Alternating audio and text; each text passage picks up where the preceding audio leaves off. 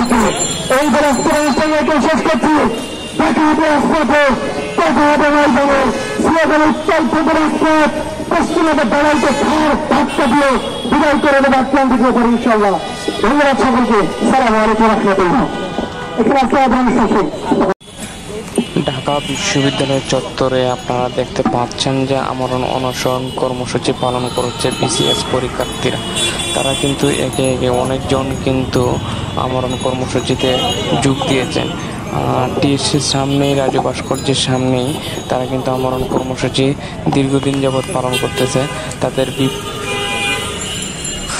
এই মুহূর্তে আপনারা দেখতে পাচ্ছেন যে আমরণ অনশনে বসছেন যে বিসিএস চাকরি প্রত্যাশী প্রার্থীবৃন্দরা। তারা কিন্তু আমরণ অনশন বসছেন এটা ঢাকা বিশ্ববিদ্যালয়ের রাজু ভাস্কর্যের সামনে, টিএসসির সামনে। এখানে দেখতেছেন যে অনেক দিন ধরে কিন্তু তারা বিভিন্ন দাবি নিয়ে কিন্তু এখানে তারা আমরণ অনশন কর্মসূচি পালন করছেন।